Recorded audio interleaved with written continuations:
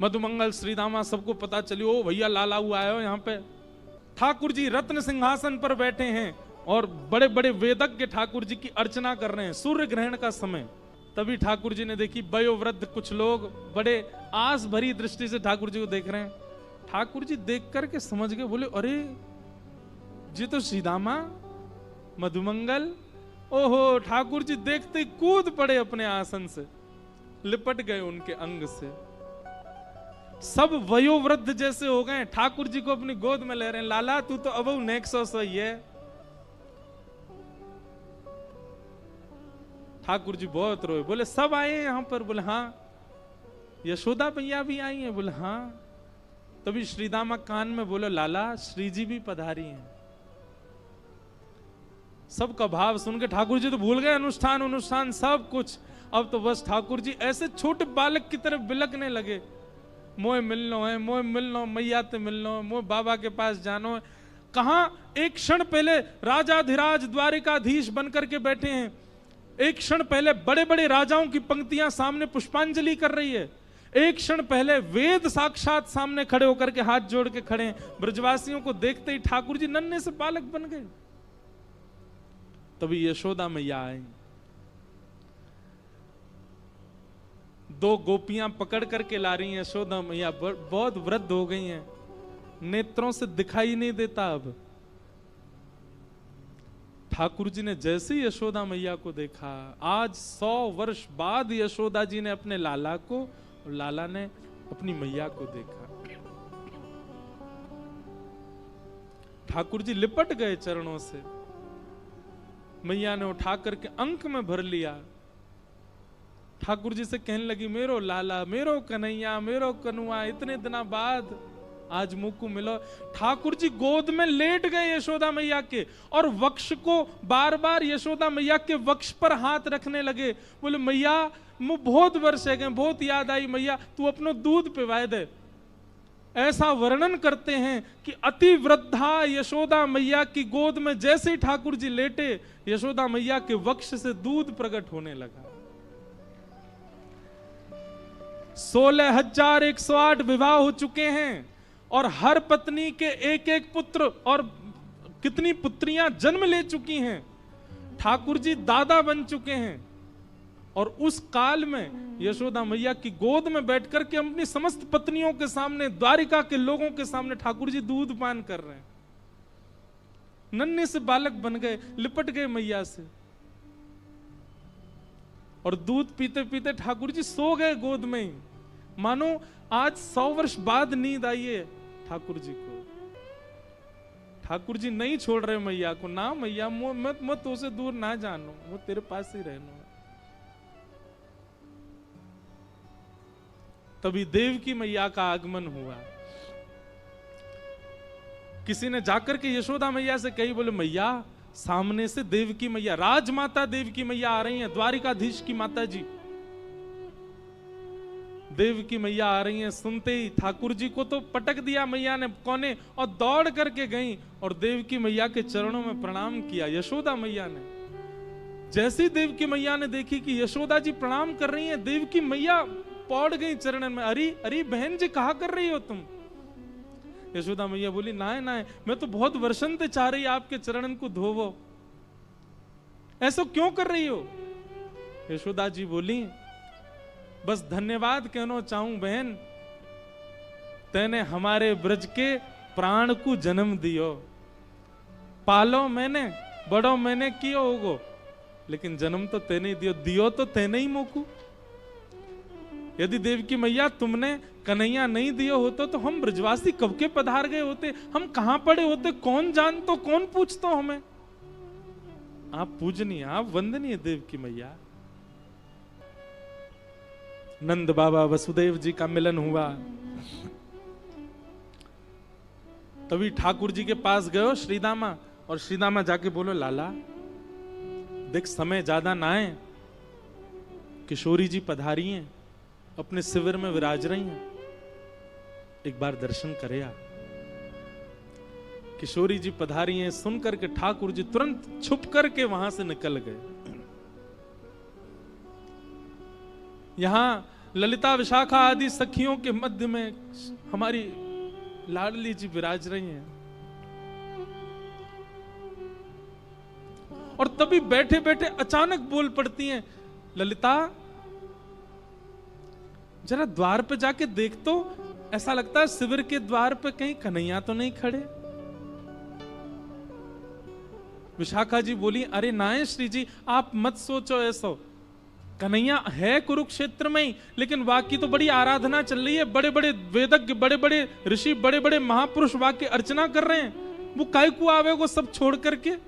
और हमने सुनी अभी सब ब्रजवासी भी वहीं चले गए, अब यशोदा मैया मिल गई होंगी, नंद बाबा मिल गए होंगे, सबरे सखा मिल गए होंगे, हम कहां याद होंगे वाकू, वो ना आवेगो। श्री जी ग्रहण को काल है, जाप कर लियो, प्रणाम कर लियो, अपना अनुष्ठान करके चले हम तो वृंदावन।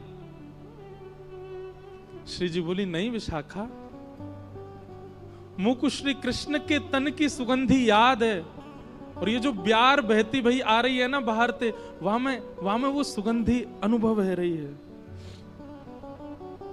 तू जाके देख एक बार, कहीं द्वार पे श्री कृष्ण तो नहीं। ललिता जी ने जाकर के जैसे शिविर के पर्दे को हटाया, श्याम सुंदर घुटनों पर हाथ जोड़ करके वहीं बैठे। 100 वर्ष बाद श्री कृष्ण के वपुः का दर्शन करके, मुखमंडल का दर्शन करके नेत्र लाल पड़े हैं, नेत्रों से छोटे छोटे अश्रु बिंद ठाकुर जी के गिर रहे हैं। उस रूप का दर्शन करके समस्त सखियां एक साथ दंडवत हो गई ठाकुर जी के आगे, प्रणाम करने लगी। किशोरी जी के नेत्र नीचे झुक गए, कंपन प्रारंभ हो गया सबके श्री अंग में।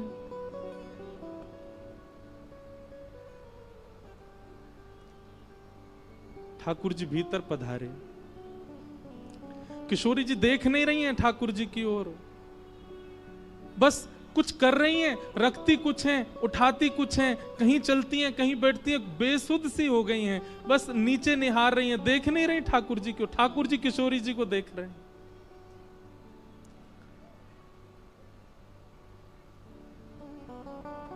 किशोरी जी बोली, ललिता आसन लगाओ, श्याम सुंदर आए हैं। विशाखा इत्र को लेपन करो, आसन पे सुगंधित करो, दीप जलाओ, बंधन बार बांधो, श्याम सुंदर आए हैं हमारे पास, इनको सिंहासन पे विराजमान करो। सिंहासन सजाया, आसन लगाया, इत्र लगाया, ठाकुर जी कोने में खड़े हैं और श्री जी निहार नहीं रही हैं ठाकुर जी की ओर। ठाकुर जी का नियम है निकुंज का कि पहले किशोरी जी आसन पर बैठती हैं, फिर ठाकुर जी आते हैं। किशोरी जी जब प्रसादी कर देती हैं तब ठाकुर जी विराजते हैं। माला पहले किशोरी जी पहनेंगे, किशोरी जी की प्रसादी ठाकुर जी पहनेंगे। प्रसाद भोग पहले किशोरी जी पाएंगी, किशोरी जी की प्रसादी ठाकुर जी पाएंगे। अरे हमारे बिहारी जी को श्रृंगार, आप देखो लहंगा पहने बिहारी जी, वो लहंगा भी पहले किशोरी जी को धारण कराया जाए, फिर ठाकुर जी पहने, ठाकुर जी की प्रसादी धारण करें। किशोरी जी विराज गई और जैसे ही किशोरी जी विराजी, ललिता विशाखा बोली, श्याम सुंदर आप आओ विराजो।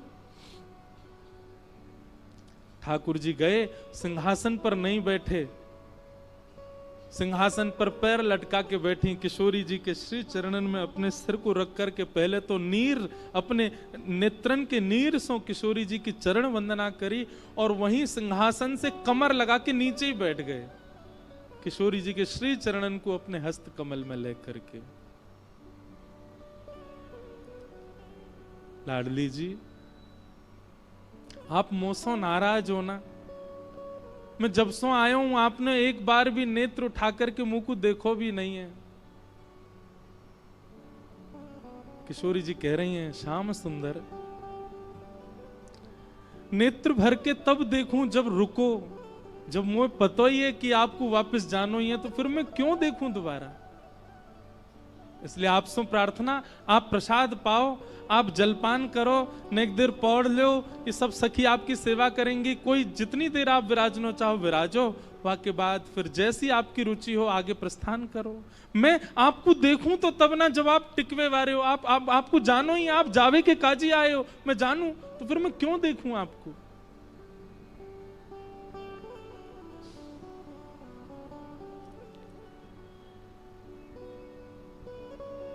ठाकुर जी ने तुरंत किशोरी जी के हस्त कमल अपने शीश पर रखे, बोले मुझको क्षमा कर दो श्यामा जू, या संसार के उद्धार के लिए या संसार के कल्याण के लिए, कछु लीला संवर्धन के लिए मुझको ब्रज त्यागनो पड़ो, ब्रज से आनो पड़ो।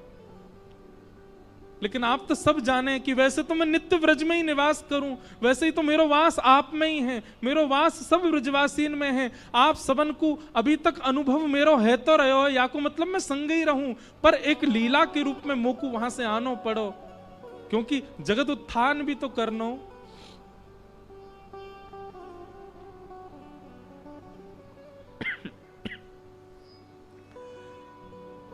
थोड़ी देर में ललिता विशाखा आदि किशोरी जी को सब समझाने लगी।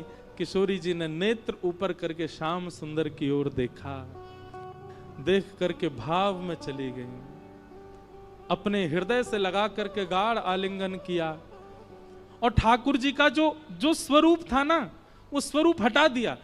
सीधा मुकुट पहना था, मुकुट उतार दिया, केश खोल दिए। किशोरी जी बोली लाओ सब श्रृंगार पेटी लेके आओ, आज द्वारिकाधीश को पुनः नंद नंदन बनानो है। सिर पर टेढ़ों से मुकुट धारण कियो है, पत्रावली को सुंदर श्रृंगार करके श्याम सुंदर को ब्रज के जैसे नंद जी हैं, जैसे लाला हैं, वैसा रूप धारण करायो। अपने नेत्रन कोई काजर लेकर के श्री ठाकुर जी के श्री नेत्रन में लगायो, पैरन में महावर लगाई, सुंदर घेराव पहनायो, पजम्मी पहनाई, ठाकुर जी के हाथ में सुंदर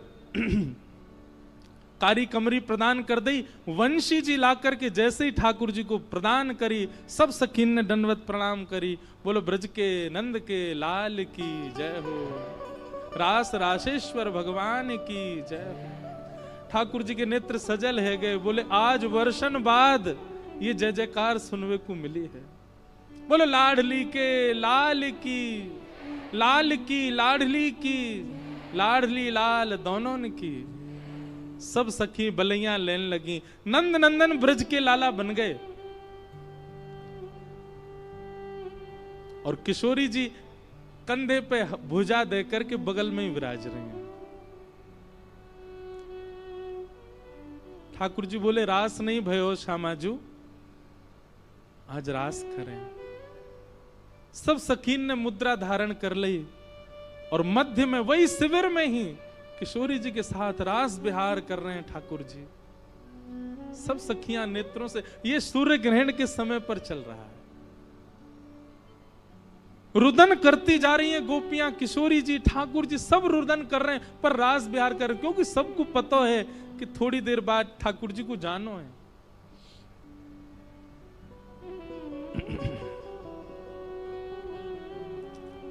रास विहार कियो। रास विहार के बाद ठाकुर जी क्षमा याचना करने लगे। किशोरी जी आप बस मोको क्षमा कर दियो, कभी मोसो ऐसे नाराज मत रही हो।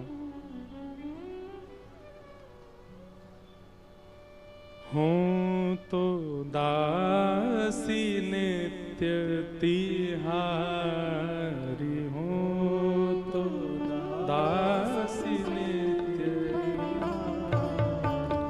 हो तो दासी नित्य तिहारी, हो। बंधुओं, ये पद श्री जी गा रही हैं। ठाकुर जी के चरणों में प्रणाम करती भाई श्री जी कह रही हैं, हे श्याम सुंदर, आप